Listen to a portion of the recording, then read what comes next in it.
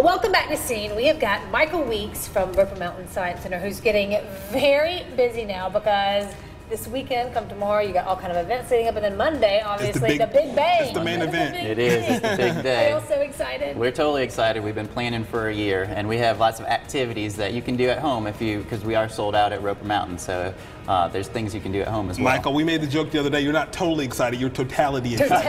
And he tries to use that. I'm going to make a T-shirt for that the next time this is happening, which is 2078. You said that's right. We won't have another total eclipse here in the upstate until 2078. So you guys are going to have activities this weekend for kids to come in and learn a little bit more about what's happening and the impacts of that. Exactly.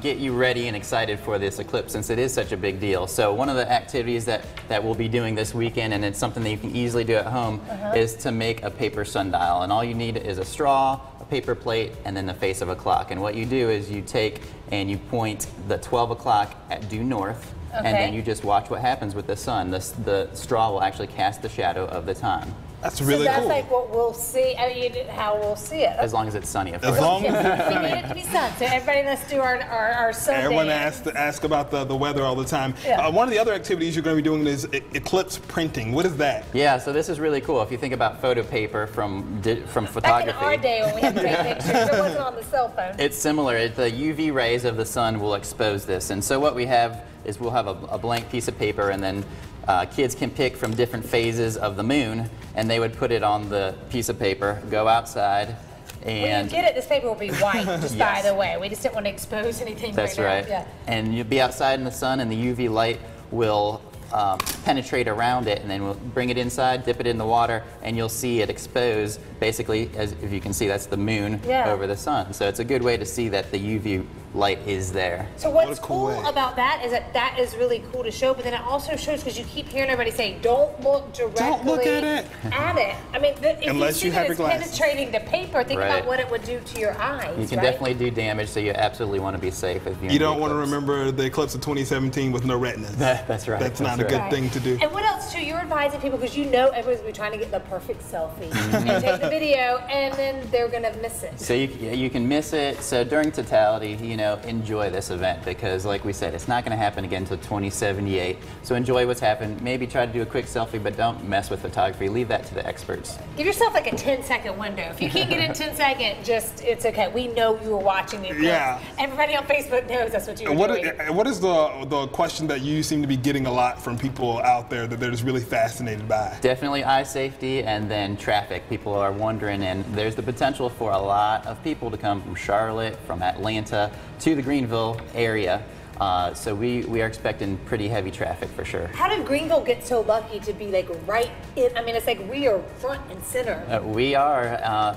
It's just the luck of being on the path. So it hasn't happened here since 1970. Won't happen again until 2078. It just happens to be the path that we are lucky to be on the path. And there's like of a totality. legit path that people can I mean, they've studied and they said, oh my gosh, this is exactly how it's going to go over. Yep, they have it down to a science for sure. In fact, go ahead. Ancient cultures learned how to do predicting of eclipses, which our planetarium show that we are running at Roper Mountain talks about how the Chinese and Babylonians, some of these cultures, learned how to predict eclipses. So it's been going on for And there's some such time. a religious, there's such a religious thing with it too, where some folks, back in the day, I imagine if you had none of the science that kind of explained what it was, and all of a sudden it just went dark in the middle of the day. Absolutely. People completely, there was human sacrifices and things like that happened back in ancient times because of this They event. didn't know what that meant. Right, and exactly. So yeah, it's so such a huge fascinating deal. thing. Yeah. So, and they're saying too, the animals, they're going to act a little different. Right, Will they act different starting at 1 when the event takes place, or So just during the? what we want people to do are to be citizen scientists and make those observations. So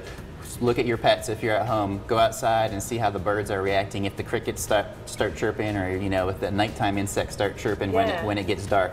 But it'll happen in particular when we get really close to totality, and the sky changes, and you'll start seeing the constellations come out, the brighter objects in the sky, like some of the planets. Yeah, and one quick question before we have to wrap here: do our pets need to wear glasses? Because what's going to prevent them from looking up? Well, I suppose it'd be the same as just any day that when they know not to look at the sun. Because the dogs are going to be like, oh. That's true. How many dogs do you see walking around just looking at the sun, though? So, Don't do it. Don't do it, Roper. Thank you, Michael. Thank you, Michael, and Thank Roper you. Mountain for everything y'all done. It's Absolutely. been fun. All right, we'll take a quick break. We'll be right back with more Scene. Carolina Eclipse coverage is brought to you by Back to 30, recently voted 2017's Best of the Upstate, Best Medical Spa. Give us 5 minutes and we'll give you back 10 years.